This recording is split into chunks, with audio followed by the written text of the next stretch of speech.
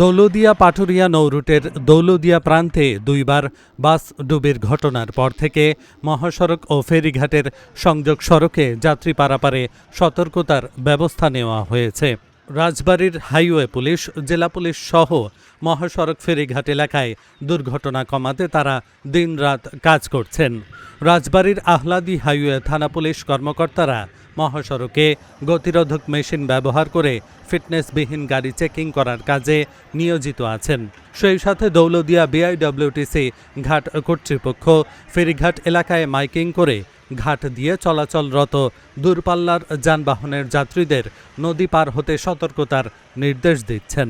দক্ষিণ পশ্চিম অঞ্চলের ২১ জেলার প্রবেশদ্বার হিসেবে খ্যাত দৌলতদিয়া পাটুরিয়া নৌরুটের দৌলতদিয়া ৩ ও ৭ নম্বর প্রান্তের ফেরিঘাটে দুইবার বাস ডুবির ঘটনায় পুলিশের তৎপরতা বৃদ্ধি বাড়ানো হয়েছে।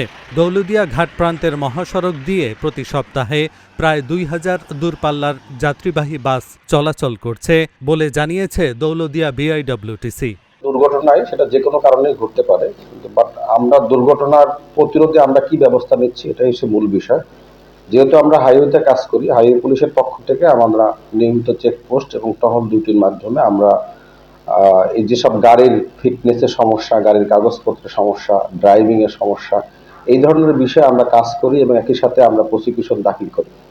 এবং একই সাথে আমরা যারা এই গাড়ি সংক্রান্ত বিষয়ে যারা জড়িত, বিশেষ করে ড্রাইভার, হেল্পার, সুপারভাইজার এবং সাধারণ যারা জনগণ রয়েছে, তাদের সাথে আমরা যোগাযোগ করে তাদেরকে সচেতন করার চেষ্টা করি যাতে এই কাজগুলো করা যায়। একই সাথে সরকারের যে বিভিন্ন সংস্থা রয়েছে তাদের সাথে আমরা সমন্বয় করে আমরা এই দুর্ঘটনাগুলো প্রতিরোধে আমরা এবং দুর্ঘটনাগুলো যেন না হয় সেই সংক্রান্তে আমরা কাজ করে থাকি।